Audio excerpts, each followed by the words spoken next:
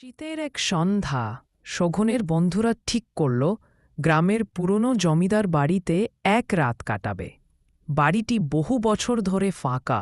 মানুষ বলে ওখানে রাত হলে অদ্ভুত আওয়াজ শোনা যায়, আলোজ বলে আবার নিভে যায়। বন্ধুরা গল্প, গান আর খাওয়া দাওয়া করে রাত কাটাতে লাগল।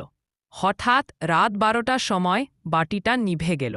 রাহুল মোবাইলের আলো জ্বালিয়ে দেখে ঘড়ির কাঁটা ঘুরে ঘুরে থেমে গেছে ঠিক 12টায়। বাইরে হালকা বাতাস বইছে, কিন্তু জানালার কপাট যেন কেউ ধাক্কা দিচ্ছে।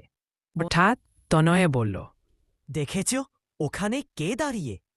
সবাই তাকিয়ে দেখে বাংলোর করিডোরে এক শাড়ি পরা মহিলা চোখ মুখ ঢাকা ধীরে ধীরে হেঁটে যাচ্ছে। অর্ঘ্য দৌড়ে গিয়ে দেখল কেউ নেই। এরপর একে একে দরজা নিজে নিজে বন্ধ হয়ে গেল। জানালার কাচে ঠকঠক আওয়াজ আর ভেতর থেকে বৃদ্ধ কণ্ঠে হাসির শব্দ।